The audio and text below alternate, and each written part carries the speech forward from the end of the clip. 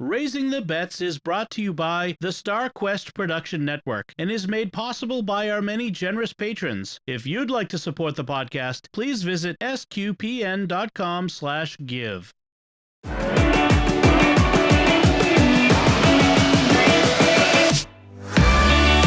You're listening to Raising the Bets. We're a Catholic couple raising 5 kids outside of Boston. Join us as we share the joys and challenges of marriage, homeschool, and our adventures near and far as we make sense of the world and experience the best parts of our culture.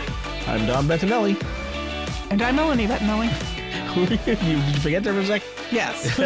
So obviously, I'm going to say obviously, you might hear from my voice. I'm dealing with allergies.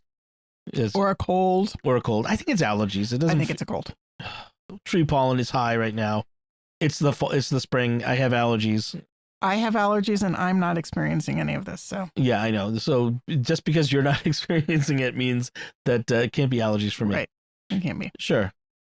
So let's get into what's been going on. So we talked a few weeks ago.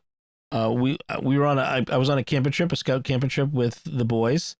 And we mentioned that there had been a bullying incident involving Ben where he was bullied by some other kids. And we thought we dealt with it at the time.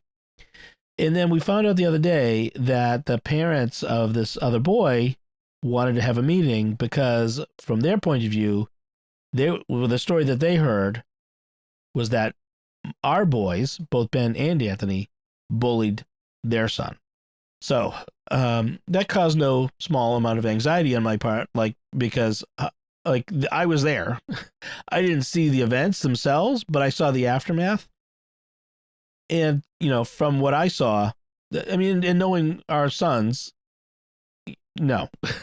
Ben was the one in tears. The other boy was the one who was in high spirits. Like if it had been him bullying the other boy, it would have been the other thing.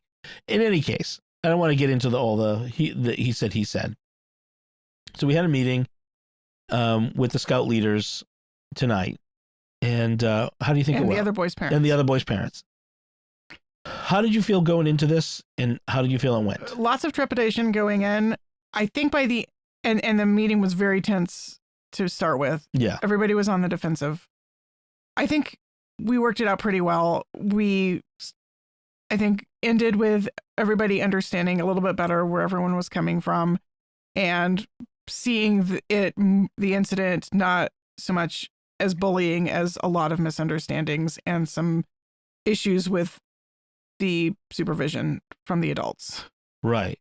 So what do you think was the key change in how the situation went? I think the key change was sort of recognizing the points where the boys were misunderstanding each other, where they were coming from, and possible points of miscommunication, and sort of seeing the bigger picture from all the sides. I think once we sort of realized these people are reasonable and we're all aiming at the same thing, but sometimes kids who aren't well supervised will get into trouble and not be able to negotiate the interpersonal problems, the things that adults can so often just deal with that kids can't.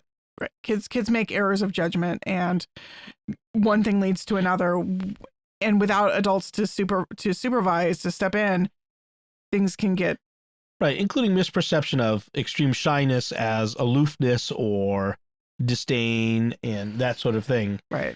And that leads to further problems.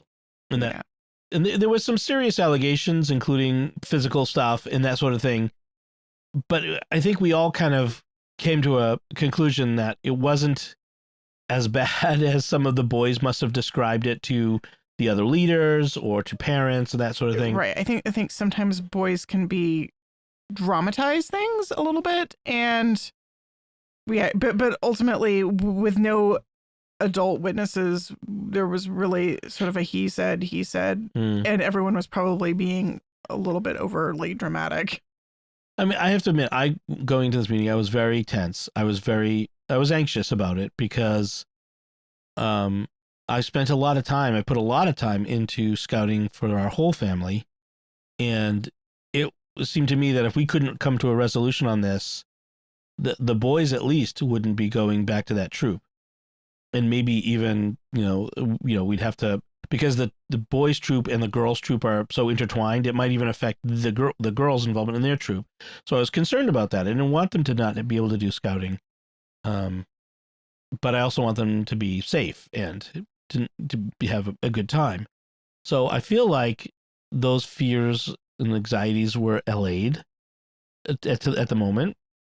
The troop is going to take some action. They're going to do some of the merit badges that have to do with kids learning how to work with other kids who aren't like them, for instance, and they're going to be more supervision on these. The part of the problem was, like I mentioned in that episode, was we were on a camping trip in cabins in a winter trip where the weather kept us indoors and there wasn't enough planned to keep the boys busy and out of trouble.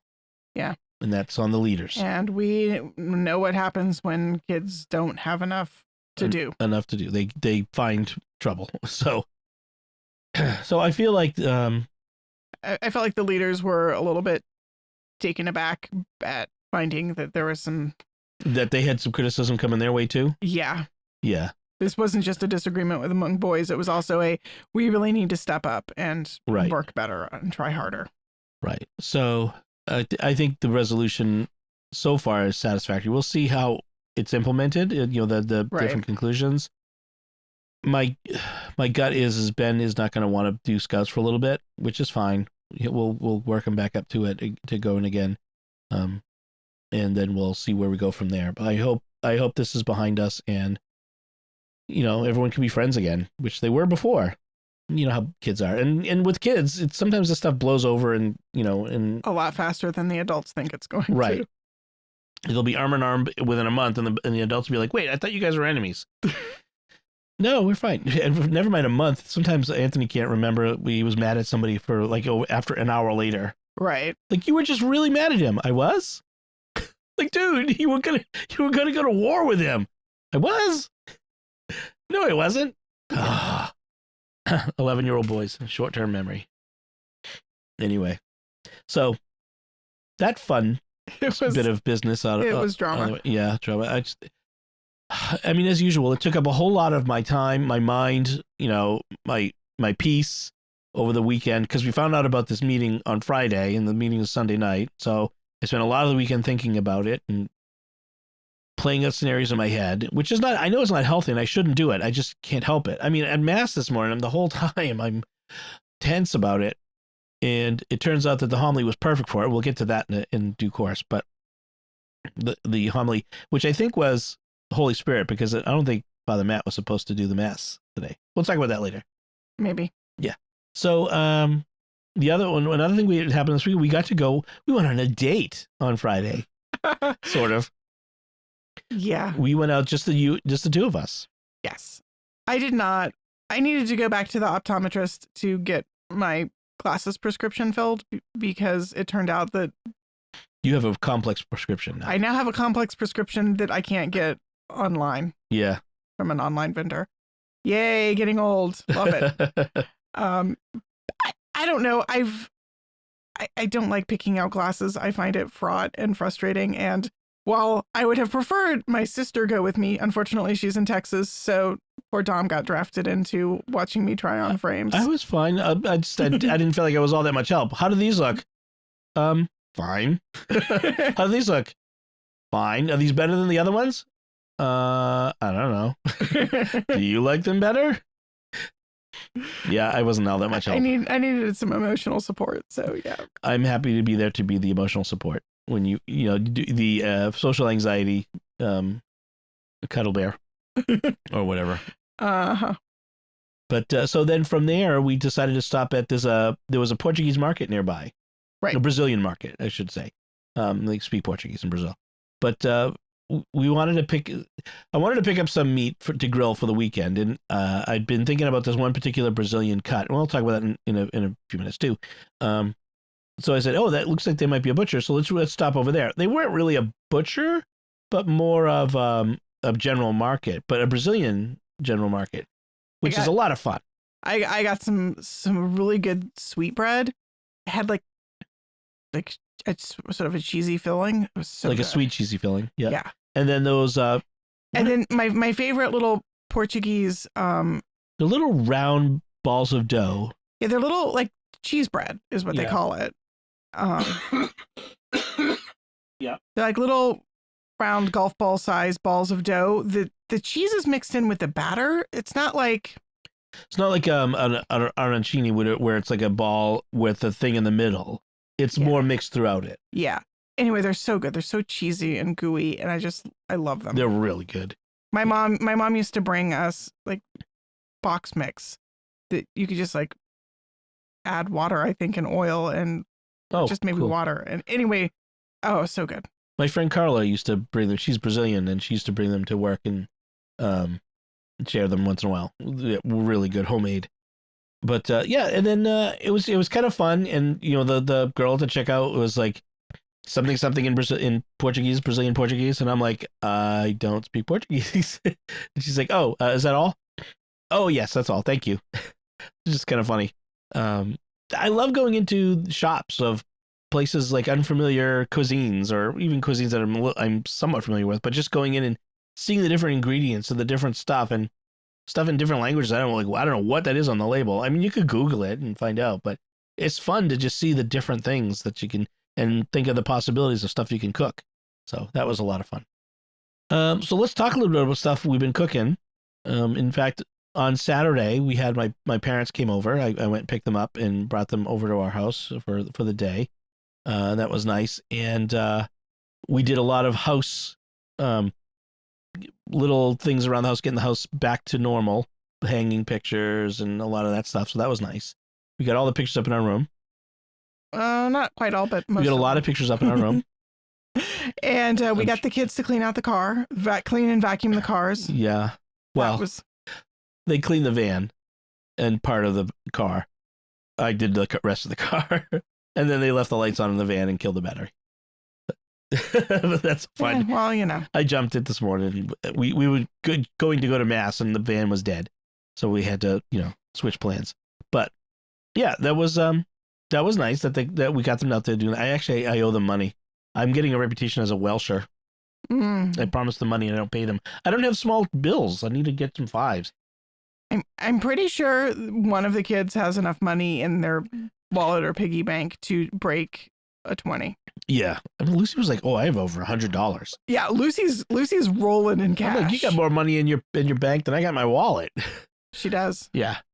So we had my parents over, and there was a particular cut of meat I wanted to try. So there's this, I mentioned last time, I found this meat market in the next town over from us, Brockton Meat Market, and they're a Brazilian market. There's a lot of Brazilian Portuguese in the area, and they're a Brazilian butcher. And there's a particular cut of meat called picanha. It's a beef cut. You might otherwise be known as a sirloin cap, and it's got a big thick layer of fat on the top of it, but it's got this nice grain, not too marbly meat as part of it. And it's sort of triangular. And what I've been watching online is it's the kind of meat that you get at a Brazilian steakhouse that's on the skewers. But you see it when you see it served there, it's kind of like folded over like a horseshoe shape with the fat on the outside that's on the skewer, and they slice it there at the table. But what I'd seen was one where it was cooked whole. So the way you do it is you score whole instead of on a skewer. Right, whole instead of on a skewer, and not sliced up. So what you do is you score you kind of trim the fat cap, and I could have trimmed it even more than I did, but because it was a really thick fat cap. There's a lot of fat on it. Yeah. And you then you score it in a diamond pattern, and then you put salt and pepper on it. I had a rub that's coarse salt, coarse pepper, and garlic, and I put that all over it. And you put it all over the top. You kind of get it into the scorings, and then you put it on the bottom. And then on the grill, so now that I have the smoker, I get a fire going in the firebox, and then I get it up to 275 and put it on the smoker part. So you get the indirect cook, and for an hour. And once it hits 123, you pull it off, you let it rest, and it slices great. And it was so tender. So very, very tender.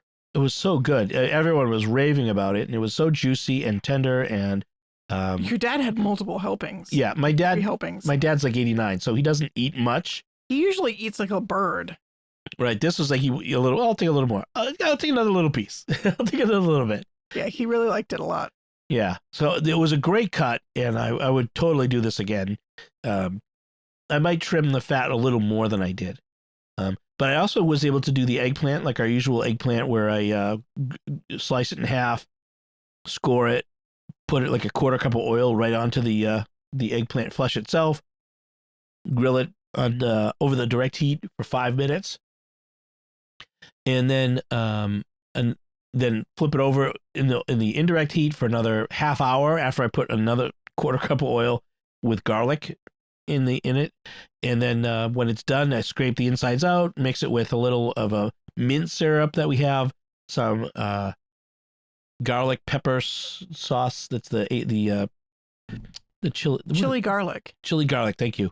Chili garlic sauce and cilantro, and I think it was the best that we've ever had it. Yeah, it was really good. Maybe it's just because we haven't had it in a while. It could be, but it was also firmer than it usually is. Yeah, and I think it was actually a little better firmer. Yeah. And then some asparagus that I threw on the grill too. It was so much fun having a bigger grill with different options. You can really make a whole meal on it. I mean, I loved my Weber, but it was only so big and there was only so much room for cooking different things. This gave you a lot more room, so it was really awesome. So the other thing I want to mention in the food section here is something I discovered called a company called Amish Country Popcorn from Bern, Indiana. And they sell all kinds of varieties of popcorn. And you wouldn't realize it, except there really are lots of different kinds of popcorn. And I ordered a couple different ones from them. There was one that's called Ladyfinger, which is really small, and it's supposed to be hull-less. Those little hard bits that get stuck in your teeth. It's supposed to have less of that. And then there was another one that was like a medium, basically like a basic medium popcorn size, medium white popcorn. But they have all kinds of baby white. They have big mushroom ones and rainbow colors and all these other things. They also sell like ballpark style popcorn salt. And they have the even like the movie theater butter type topping. You ain't butter, folks. And it's been awesome. So the little ones, the Ladyfinger, turns out not so good in an air popper because they're so small and light. They just fly out of the air popper. I was actually having to hold something in front of the air popper exit to catch them so that I had and then pour them back in every little bit. Not so good for that. Maybe in a whirly pop or in a pan or something like that. That would be better. I don't know. I didn't like the texture as much either. Well, it's smaller. It pops smaller. Yeah. I'm not sure I'd get it again. I kind of feel bad that I bought 2 pounds of it.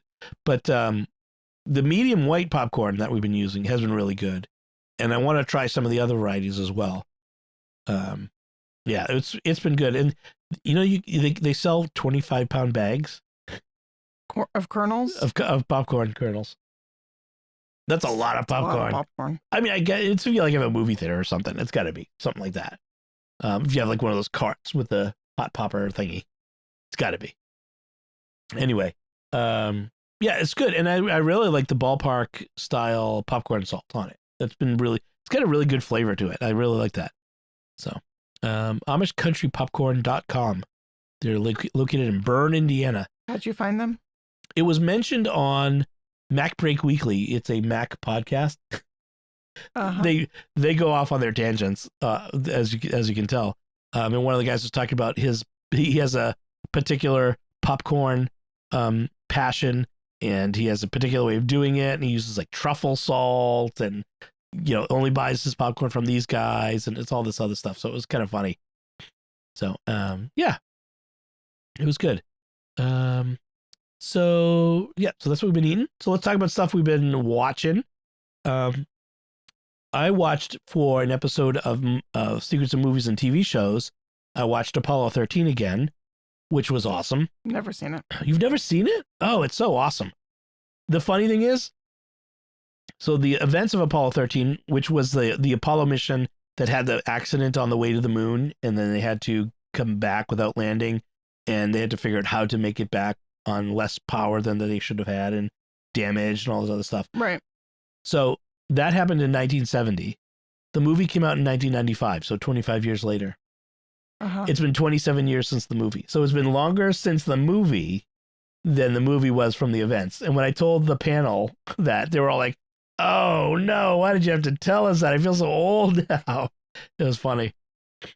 And one of the panelists, Shelley, she actually used to work at a university in the Houston area that holds the archives for the Johnson Space Center during the Apollo era. So she knew a lot of the people involved, knew a lot of the inside information. So it was really cool talking to her about it. So, but Apollo 13 is such a great movie. Houston, we have a problem. That great line. And then there's another line that the flight director, Gene Kranz, is famous for saying in the movie is failure is not an option. But it turns out he never actually said that in real life. It was a description, someone describing the events to the screenwriters, saying that they laid out all the options for what they were going to do, and failure wasn't one of them, or something like that. Right. And they thought it was such a great line, they wanted to put it in the movie. So we watched that. Then we both separately watched Moon Knight. Right. Now, what did you think of Moon Knight? It was an intriguing first episode. So it's a new series, Marvel Universe series, starring Oscar Isaac, Poe Dameron, who is... That's what you know him as. Yeah, I know him as Poe Dameron. And although I'm not sure I would have recognized him as Poe Dameron because he looks and sounds very different in this. He's a good actor because he can really take on different... Yeah. I'm not 100% sold on this story, but I really like the character. And yeah, Oscar Isaac's character is really great. And I'm intrigued by the mystery that's remaining. There were parts of it that I found really exciting, like the mystery stuff. I really liked the weird Egyptian creatures and mythology and magic stuff kind of bugged me, frankly, a little bit. It's a little bit of The Mummy starring what's his name? The Mummy, the movie The Mummy. Brandon something or other? Yeah. What's his name? Brendan something. Oh, you're gonna make me look it up. That's okay. I'm gonna have to look it up. I could never remember his name. I am definitely looking forward to more episodes of it. Mm-hmm. I'm intrigued. It's Brendan Fraser. So right. Is it going to tie in with other Marvel stuff, or is it kind of as just a standalone? Moon Knight is a Marvel superhero character. Right. I know that. It's sort of Marvel's Batman in a sense. I don't know anything about Moon Knight, frankly. So I'm not sure how it will tie in, but it evidently is part of the larger universe and will interact with other characters. In fact, it would be really cool if he interacts with, say, Falcon or somebody at some point. So this character, his name is Stephen. He works in the gift shop at the British Museum in the Egyptian wing. And he's very... He would like to be like a tour guide or something, but except he's stuck working in the gift shop. He comes across as very on the spectrum, shall we say? Maybe. He's very quirky. He's awkward. He's awkward and quirky and socially inept and all that other stuff. And the very first thing you see in the episode is he wakes up, his ankle chained to the bed. Right. And there's sand on the floor around the bed. So clearly to see if he gets out of bed and walks on it. And also tape along the door. He tapes the door frame, so he checks to see if the tape has been torn and all that stuff. So obviously he's afraid of himself doing something while he's asleep. Well, it turns out he is doing things. Like there's a point in it where he blacks out and then wakes up somewhere else, far away, in the middle of something. And then there's a voice talking to him. And you get the sense that he's living two lives, essentially. I don't want to give too much of it away. But like you said, Oscar Isaac is really great in this. I really enjoy. He's been great in a bunch of things I've seen him in. So I really enjoy seeing him act. And but he's really good in this, and he's really interesting. And I'm really curious to see where this goes. This is definite on my list of stuff to keep watching. So we've also watched today, we continue our MCU watch with the kids. We watched finally Avengers Infinity War. Oh my goodness, that movie crushes me. Crush the kids. Yes. It was very quiet for a long time after the movie was over. Just everyone was a little bit stunned, including me. Oh my gosh. Yeah. That is like the worst cliffhanger in the history of cliffhangers. As I said to the kids, we had to wait a year. You only have to wait a couple weeks. I didn't have to wait a year. Yeah, I know. You didn't. I had to wait a year to find out what happened. I remember people's reactions walking out of the theater going, how can they leave us hanging for a year on that ending? I mean, it is the downer of downerist endings.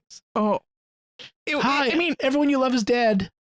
as a a cinematic storytelling move, it is bold. It is bold. Can you imagine the meeting that they had where they said, okay, hear me out. Oh, pitch meeting. That would be a great pitch meeting. Although, I mean, it was always planned, like the whole story arc was planned as one big MCU story arc. The ending was known. Right. And there's just no way to tell the story in one movie. Like that would... I think that was originally the plan, though. They were going to try to do it in one, but there was no way to get all these different heroes into one movie and tell the entire story. Right. I mean, as it is, both Endgame and Infinity War and Endgame, are both really long movies. Yes. And Endgame is going to have a smaller cast, shall we say. But, I mean, and it really... to do the story justice, and I do think they do the story justice. Yeah. It needs the time. It needs the time for the emotion to hit all of the emotional hit points. Right. And I think they do. I think they do a really, really good job of selling the moment, of selling the... I don't think anybody gets short shrift in it. No. I mean, I really felt like all of the characters is a huge cast, and I feel like everybody gets their emotional beat. Their beats. Yeah. I mean, it goes from sad, really sad, tragic to funny. I mean, there are some really, really laugh out loud, hilarious moments. I mean, when the Guardians of the Galaxy come in, you just can't help but laugh. Right. I mean, the Guardians of the Galaxy meet Thor could have been a whole movie on its own. He's like a pirate angel. But I love that they didn't try to... They didn't try to make that its own movie, that they let that be the comic beats in what could otherwise have been an unrelentingly depressing movie. And each of the sections, the Guardians and the the Avengers, they felt like their own thing. So like when the Guardians first show up, we hear them, they come in singing 70s music or 80s music, Yes. Oh, it was Rubber perfect. Band Man, it just felt like the Guardians of the Galaxy. So each section felt right. Right. I mean, it felt like the tone was good. The characters were great. It was really, it is a good movie. It's a well-crafted movie, and I really appreciate that. But oh my goodness, it's going to be hard to wait for watching Endgame. Right, because next week we get to watch Ant-Man and Wasp, because the events in Ant-Man and Wasp tie into Endgame. Right. It would be if we watched Endgame first and go back, then it's like, oh, it's out of order. I mean, you could do it, but then you've kind of ruined, what's going to happen at the end of Ant-Man and the Wasp then. So this was the one I insist we actually put in the middle. Yeah. So next week is Palm Sunday. Then the week after that is Easter. So do we watch Endgame on Holy Saturday? Though, honestly, it's kind of an Eastery movie, isn't it? It's the resurrection. I mean, it is a movie about resurrection. Yeah. From despair of Good Friday. Really, Infinity War is a very... That's a Holy Thursday, Good Friday movie. Holy Thursday, Good Friday. It is a Lenten movie. It is just... It's about death. Right. Well, it's about the destruction and despair and all is seemingly lost. Right. It is that about that lost battle. And you think like all of these heroes, all of the best heroes that we know, all coming together, how could they lose? Like, it really seems impossible that in a franchise where every movie has ended on at least a a positive note. Yep. To see them lose so painfully badly, it's just it really hits you. Isn't there a moment at the end where like Rhodey comes in and he's like, what happened, guys? He's kind of like that. And I was waiting for someone to say, we lost. I think we just lost. Like they lost. Yeah. Like, half of everybody wiped out, et cetera, et cetera, The Avengers lost. The Guardians of the Galaxy lost. The Wakandans lost. Like everybody's lost. It's epic. Right. I mean, and oh my God, the Asgardians, like the beginning scene, that itself is just crushing. Right. It is a movie that starts off with death and destruction of a beloved character, and it goes down from there. Right. Several beloved characters. Right. Yeah. More and more and more. And yet, I love it. I mean, it's such good storytelling. And there's hope. There's hope in it, though. That's the thing. There is hope. They do not leave you without hope. There are several moments. Right. And there's a key character moment where he says there's one chance in 14 million. Yeah. I mean, and really, isn't that really ultimately the Christian story? Like, there is one chance. There is one hope. Yep. There is one shot at redemption. There's only one way. There's one way. I mean, I kind of really loved that moment where it comes down to, I can see one possible hopeful resolution. There's one one way that we win. But the one way involves defeat. I mean, this is the eucatastrophe of the Christian of our faith. True. The only way possibly to win is to lose first. Is to die. I mean, like Jesus dies on the cross. You can't get to Easter Sunday without going through Good Friday, without going into the tomb. And I feel like we have been taken down into the tomb. And I like the fact that they were willing to do that. It is a movie which has so many good Christian echoes. True. That's true. Yeah. So yeah, maybe a Holy Saturday would be the right time to watch it then. If we have time. If we have time. Holy Saturday tends to be a kind of a busy day. Yeah. We usually dye our eggs on that day. Yeah, and I might have to be doing some recordings and stuff. But there's also the week after, which is Bella's confirmation Saturday. Well, but Sunday would be fine. But Easter week, like during the week, we usually take off of school at least a few days. I don't take off from work. Well, and watching the movie takes place in my office, so we could have it like a school night. We could find like a weeknight. Find 3 hours where we could pull it. It happen. We'll see it. We'll see how it goes. So from there, let's talk about, speaking of the resurrection, let's talk about our mass readings this week. Oh, I thought we were going to talk about what we were reading. Well, so you mentioned you finished The Power and the Glory, but you talked about that last week. Oh, yeah, it was so good. The ending. Oh, it was really good. Yeah. Speaking of like ending in defeat. I mean, yeah. Right. Well, you don't want to give away anything. I don't want to give away anymore, but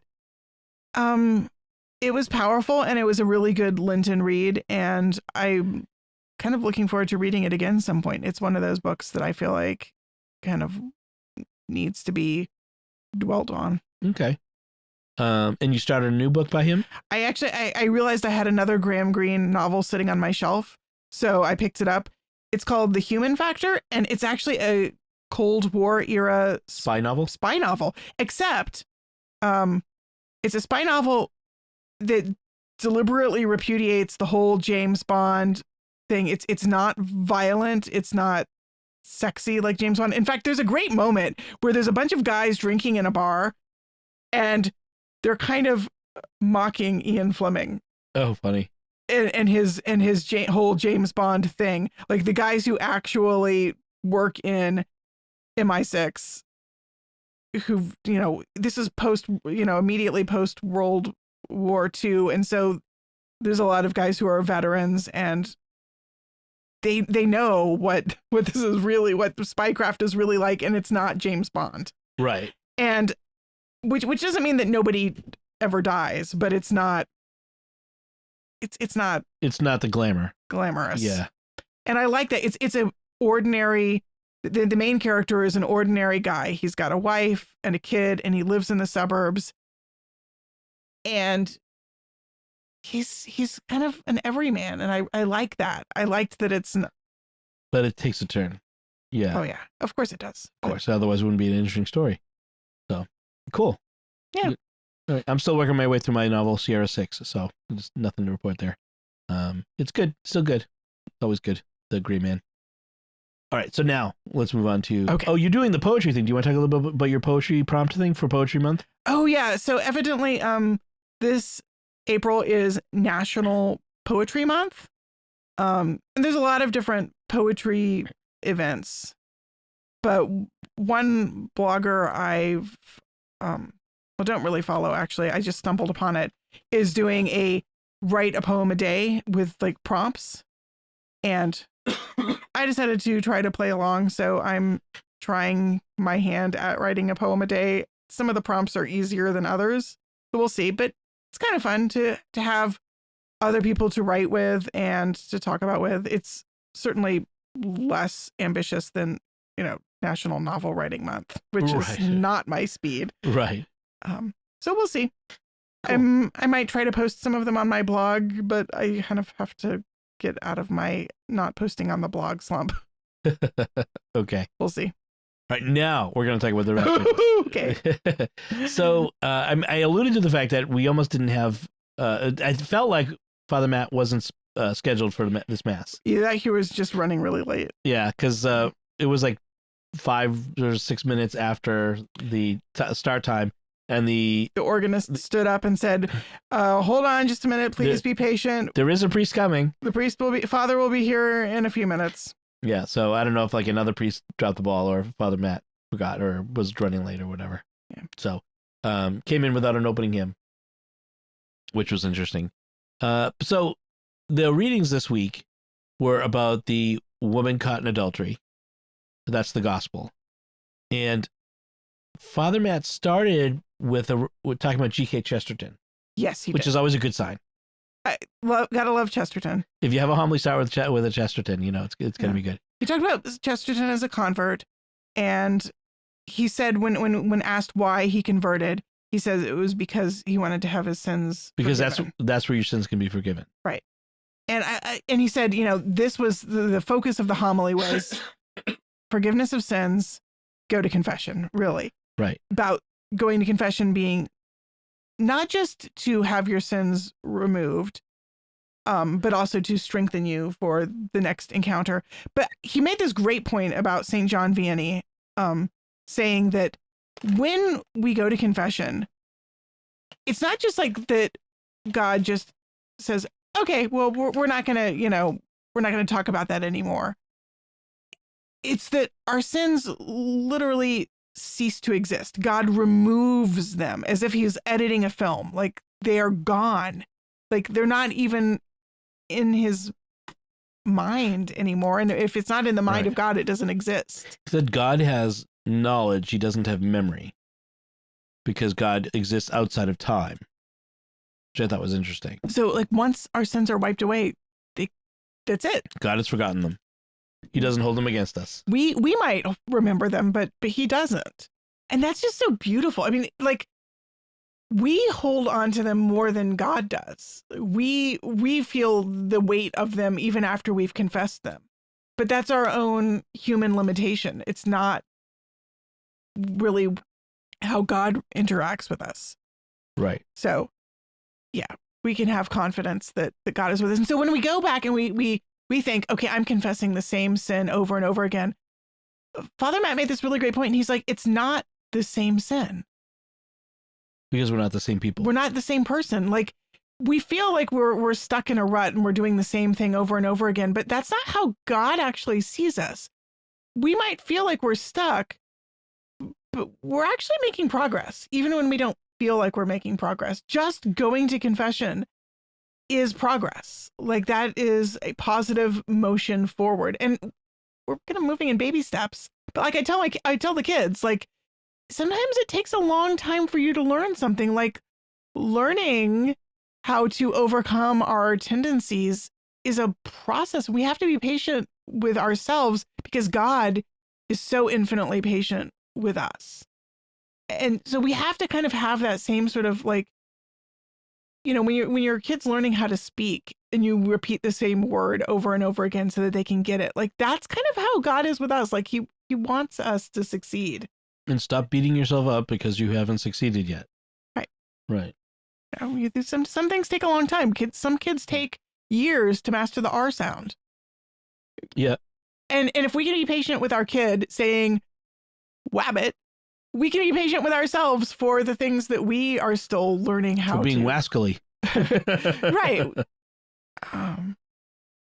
Yeah, and I also loved how he picked apart the people bringing the woman caught in adultery. He's like pointed out a few things interesting. He's like, teacher, this woman was caught in the very act of committing adultery. And you wonder, how do you catch someone in the very act of committing adultery? In the very act. So he says, was it entrapment? Was it a setup? Were they following her just to catch her? Yeah, were they waiting? Like yeah. Watching her go to whatever encounter it was? You know what I always wondered? Where's the dude? That too. Yeah, I was waiting for him to bring that one up. But adultery takes two people.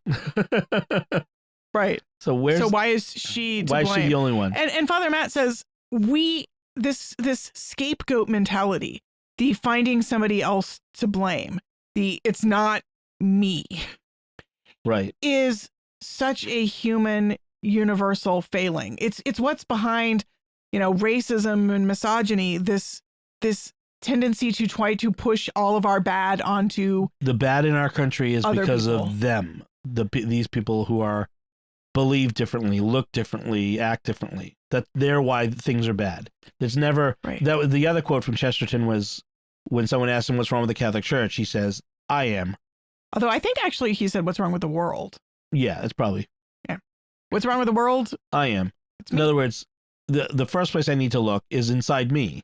And that was the thing that really, that part of the homily was the thing that was helping me with what we did tonight with the meeting, is I was feeling very self-righteous and unjustly maligned, by proxy of my kids. And I'm like, maybe we aren't blameless. Maybe our kids weren't blameless in what happened. And so I need to acknowledge that. And then, but also say, but your kid might not have been blameless either, and the adults weren't blameless either, and that sort of thing. So I feel like I needed to hear that this morning before that meeting. I also liked he talked about how this kind of scapegoating builds up really gradually, and it often starts with gossip. Right. And just how when we start talking about someone and we single them out, that negativity can build. And negativity in a group builds and builds. It cycles. The mean-spiritedness and spirals. And someone. But he said, but I love this fact that he says it spirals until someone breaks it and says something positive. Like the studies have shown this. Right. Yeah. That it's not inevitable. When you are willing to step forward and say something positive, when you're ready to break away from the crowd and stand against them and speak up for the person who's being gossiped or maligned or scapegoated, that it just takes, Jesus, and that Jesus doesn't even argue with them. I also loved this point. He says, Jesus doesn't answer them directly. Right. He almost never answers a direct a challenge directly. Challenge. He always has this very oblique way of bringing it back around to the other person, but coming at it from an angle, from a place where you don't expect. Right. He doesn't say, don't do what Moses said, or do what Moses said. So what Jesus does here is he bends down and writes on the ground. Like he doesn't even answer them at first. He pauses, stops, and ignores them and writes on the ground, which is, it's one of the most intriguing bits in the gospel because, as Father pointed out, this is the only time we actually see Jesus writing. We see him reading in the synagogue, but this is the only time we actually see him write, and we don't know what he writes. Right. The gospel doesn't tell us anything about what he is writing on the ground, which is such a mystery.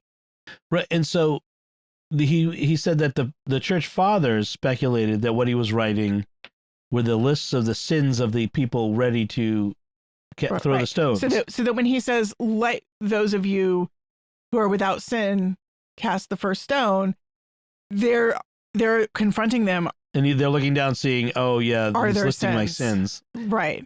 Which, of course, Jesus would know not just in general what sins are, but but it's very specificity specific. in number.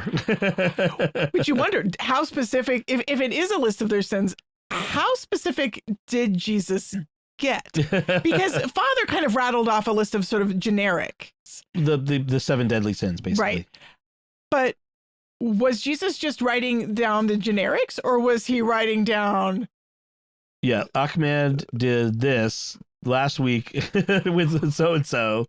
Right. Like, was he getting into the, number and kind and yeah. the specifics, which would be interesting. I mean, that would make me drop my stone and walk away. That stone, as Father says, that stone would get heavy in your hand very quick. Right. And of course, he pointed out that the crowd disperses, beginning with the elders, which I thought Father had an interesting take, because I'd kind of thought about that as like the leaders are the first to abandon the field. The field. But he starts out that being, age comes wisdom and insight and self-knowledge. And so the oldest are perhaps those with enough life experience to be able to recognize that those are their sins being listed. Right. To have some degree of self-knowledge. Now, obviously, if they're like entrapping this woman and scapegoating her and trying to entrap Jesus, they're not guiltless in this matter, but perhaps they're more open to self-reflection. Right. And then we have the woman where like Jesus is, like looks up and says, "Hey, where'd they all go?" And has no one condemned you? And she says, "No one." And Father was like, in that moment, she's probably waiting for Jesus to condemn her. Right. Because he's the one who is without sin. I mean, right. He could have picked up a stone and thrown it at her. I love the old joke about like, that he is without sin, cast the first stone, and then a stone comes flying out of the crowd and whacks the girl, and Jesus says, "Mom!" Right. As if Mary would, but as if Mary yes. would. I know. But in any case, Jesus doesn't condemn her either. Right. The crowd comes to its senses, and Jesus wants that for all of us. He wants us to come to our senses, and then he wants to tell us to go and sin no more, like he does to the woman. I also liked the Father mentioned, that one of the things that the crowd realizes is tomorrow it could be me. Just as easily there, the crowd in front of a crowd with stones in their hands. Right. The crowd could just as easily turn on me. And, along with that, what's wrong with the world? Like I'm an ass. You're an ass. Like, not I'm okay, you're okay, but like, I'm not okay. I'm not okay and you're not okay. We're all a mess. We're all in this mess trying to get through and needing to give each other grace because we need. Well, this really speaks grace. Against the whole cancel culture thing, doesn't it? The mob rises up for against the infraction. And then he had a line which made me think totally of Lord of the Rings, although he didn't go there. He says, "We are all the woman and the crowd, and we're a little bit concerned about getting what we deserve, because what we deserve is not good." Like he says, advertisers like to tell us, you deserve this new car. You deserve a break. You deserve a Snickers bar. But he says, if we actually get what we deserve, we wouldn't be happy about it. We would not be happy about it, which is a line that Gandalf uses with, is it Bilbo or Frodo? Frodo about Gollum, whether or not. No, it's Bilbo. I think it's Bilbo in the beginning. About like Gollum getting what he deserves. And he says, I dare say he does deserve death. But so do we all. If we all got what we deserve. Right. Gandalf doesn't say exactly that, but that's really the point. The gist of what Gandalf says is that we all deserve punishment. But and also, who are we to mete out what people deserve? Right. Can you give life and can you give death? Right. I mean... So what we deserve is strict justice, but what we get is mercy and love and tenderness and forgiveness. Jesus wants to be tender with us and give us not what we deserve, not the punishment we deserve, but mercy to say, Right. go, sin no more. And to do that, Jesus gets what he doesn't deserve, which is death on a cross. You know, I mean, it's what we deserve is that awful death and punishment, but he takes it instead. So. Yeah. And the woman leaves. I mean, how wonderful must she have felt when she obviously spent the rest of her life following Jesus because. Right. Some say this is Mary Magdalene, but there's no that's just a pious legend. We don't know if that's really who she was, but whoever she was, even if she wasn't that Mary Magdalene, we know that Mary Magdalene was rescued by Jesus from 7 demons. Right. And we know that this woman would have followed Jesus and given her entire life to him because he looked at her with love. Right. And Jesus says, go and be good, or go and, you know, you're fine, whatever. He says, go, and from now on, don't sin anymore. You know, I mean, as hard as that is to not sin anymore, but he says, he doesn't say you're okay in whatever it is you've been doing. He doesn't say what she was caught doing, the adultery, was fine. He's not confirming her in her sinfulness. He's saying that was wrong. Don't do that. But I'm not condemning you for it. And go live your life. Be happy. So, yeah, it was a really good homily. Father Matt hit it out of the ballpark. I really appreciated him. It's funny, like some priests, I listen to the homily, I do my best to pay attention, but my mind wanders. My mind never wanders when Father Matt is giving his homilies. It's really good. Yeah, he also tends to be very succinct and doesn't. Right. He's a Marine. doesn't drag it out. Yes, he's giving. It's like he's giving an op order at a briefing. You know, I mean, he's this, and this, and he. But it's not militaristic. It's not terse. No. Like he gives it the time it needs, and he's serious about it. There are priests I gather who get up there and they're kind of want to be folksy and funny, and it's not that Father Matt isn't friendly but he's not. But he handles it with seriousness. The seriousness that it deserves. The whole mass, and that's one thing I really appreciate. Is it's not that he's solemn. Other priests coming in 10 minutes late to mass would give a long apology about why they were late and an explanation, or maybe sometimes even a reverent joke about it. Right. One priest we know. But Father Matt, he never made reference to the fact that he was late or why he was late. He just walked up, started the mass, said the mass. And that was down to business. It was very focused, and I really kind of appreciated the freedom of just focus. It kind of reminds me of Father Murphy, not in the way he speaks or anything, but in the way he treats the mass. Father Murphy had a respect for the mass, not and like I said, not like solemn or like over ceremonial or like over dramatic, but just treats it seriously. Like this is a serious thing we're doing. This is an important thing we're doing, and so I'm going to respect it. I feel like they both have been like that. Anyway, before we go any further and before my voice gives out, let's wrap things up. I want to take a moment to thank our patrons who make it possible for us to create Raising the Bets, including John K., Kevin S., Matthew B., Teresa J., and David L. Their generous donations at sqpn.com/give make it possible for us to continue Raising the Bets and all the shows at StarQuest. You can join them by visiting sqpn.com/give. That's it from us. You can find links from our discussion in our show notes at sqpn.com/bets. That's BETTS. Send us your feedback at the SQPN Facebook page, facebook.com/StarQuestMedia, or send an email to bets@sqpn.com, or visit our brand new StarQuest Discord community at sqpn.com/Discord. And I want to make a clarification that someone asked. You do not need to be a patron to join our community there. I know some Discord communities are patrons only. Ours is open to anyone. So whether you can afford to be a patron or not, or whether it fits your life right now, we want you to join the Discord and join the community and join the conversation. It's going awesome. So we want to see you there. So until next time, I'm Dom Bettinelli. And I'm Melanie Bettinelli. Thank you for listening to Raising the Bets on StarQuest.